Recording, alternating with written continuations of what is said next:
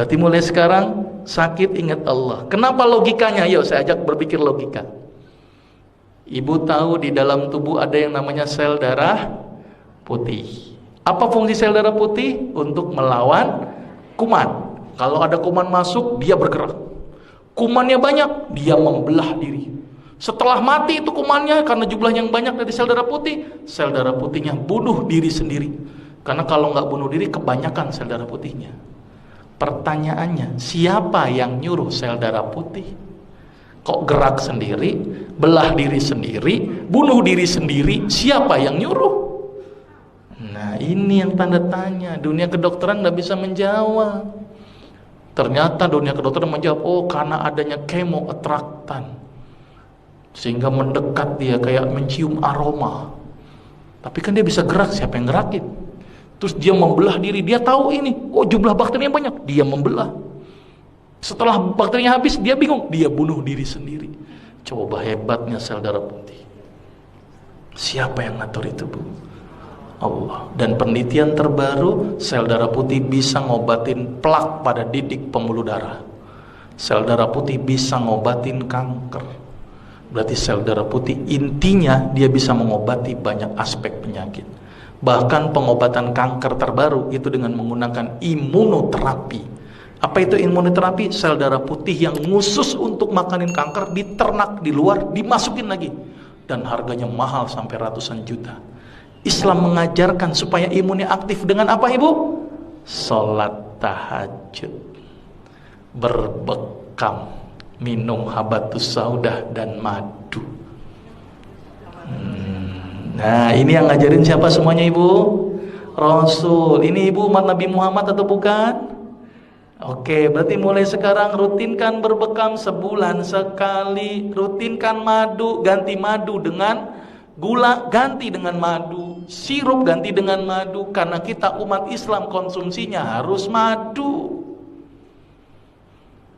Tapi umat Islam selalu dibikin stigma, hati-hati madu palsu. Tapi yang namanya sirup palsu nggak pernah hati-hati. Sirup jelas-jelas palsu diminum. Coba madu yang belum tentu palsu apa enggak mau diminum. Ini kan aneh umat Islam. Ternyata stigma itu yang bikin kita jauh dari madu. Padahal sepalsu-palsu madu lebih bagus daripada gula pasir dan sirup. Karena madu palsu nggak mungkin dibuat dari gula pasir, tekor. Coba tekornya loba. Satu botol madu butuh berapa kilo gula pasir? Petaninya dibilang, saya kena, ini tambahin gula nggak? Dok, secara teori ekonomi aja nggak masuk buat saya, dok. Orang saya cuma naruh kotak, ngumpul sendiri itu madu. Ngapain saya tambahin gula? Jadi nggak mungkin pakai gula, Bu. Tekor buat petani.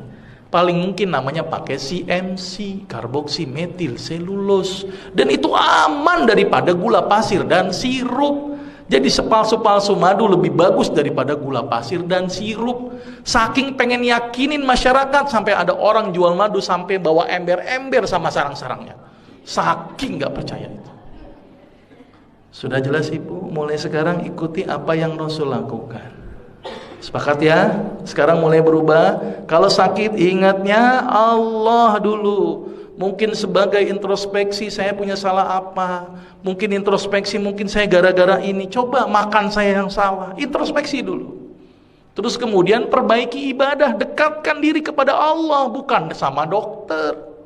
Dokter tuh gak nyembuhin, Bu. Cuman media.